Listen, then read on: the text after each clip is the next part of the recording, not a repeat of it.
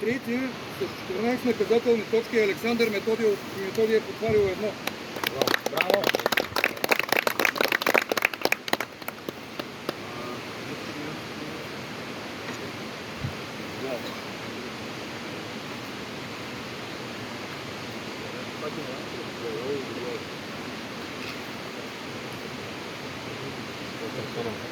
Втори с 10 наказателни точки е Оги Бачочев. Потварил едно.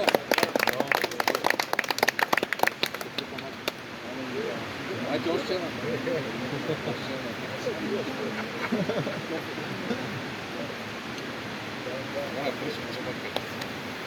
И шампион на България за 2022 година, трета година по риболов. Се каже Шнурев Митко Петров.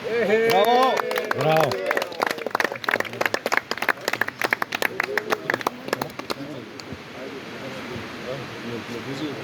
Айде още една.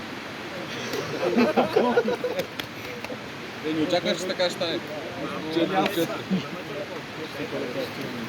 Година ще има друг регламент.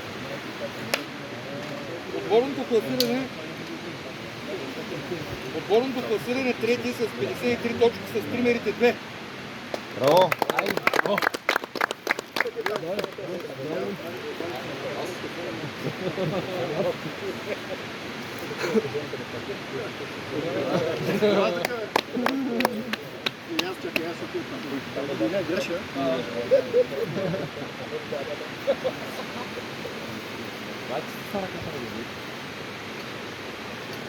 С 53 точки. С 34 точки на второ място с тримерите 1.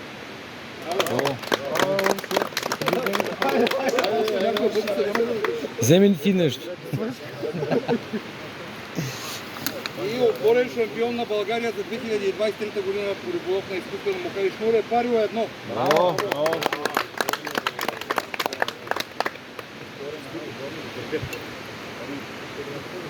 Айде застанете всички сега.